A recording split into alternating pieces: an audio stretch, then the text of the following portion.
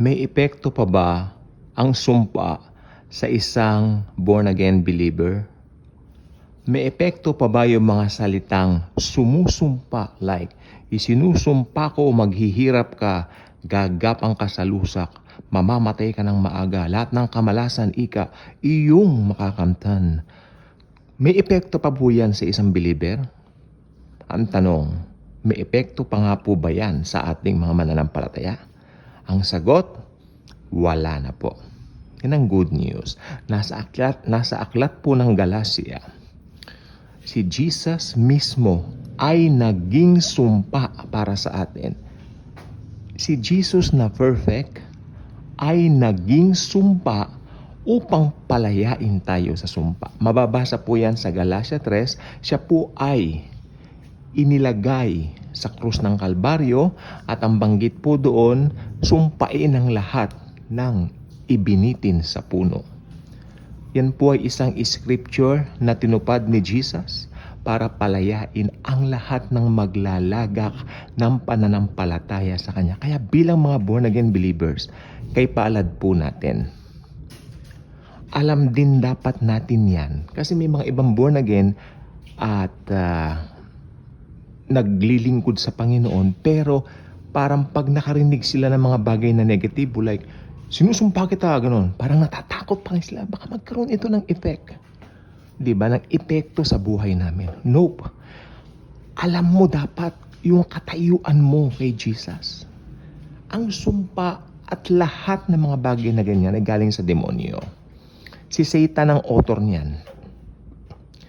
Sa Old Testament pa lang yung kay Balaam, di ba? Sabi, sumpain mo ang mga Israelita, ganito, ganyan. Pero nung nakita niya ang mga Israelita, ang ginawa, blines niya ang Israel. Di ba? Yan po ang katotohanan. Pag nasa Panginoong Hesukristo ka, walang pwedeng manumpa sa'yo. Sapagkat kung may nanumpa sa'yo, yung panunumpa nila sa'yo, babalik sa kanila. Tatalbog, parang bola. Marami pong mga Kristiyano ang kinaaasaran, no? Kinabubuwisitan ng mga hindi mananampalataya, like alimbawa sa trabaho, sapagkat nag-i-excel ang mga Kristiyan sa trabaho. Among all the people sa mundo, tayo po ang asin at ilaw. We are the light and salt of the world. Kaya hindi po maiiwasan na makita nila yung kaningningan natin. Kaya po ang ending, naiinggit po sila sa atin because we have Jesus. Hindi nila maintindihan bakit kahit anong mangyari, nag-i-excel sila.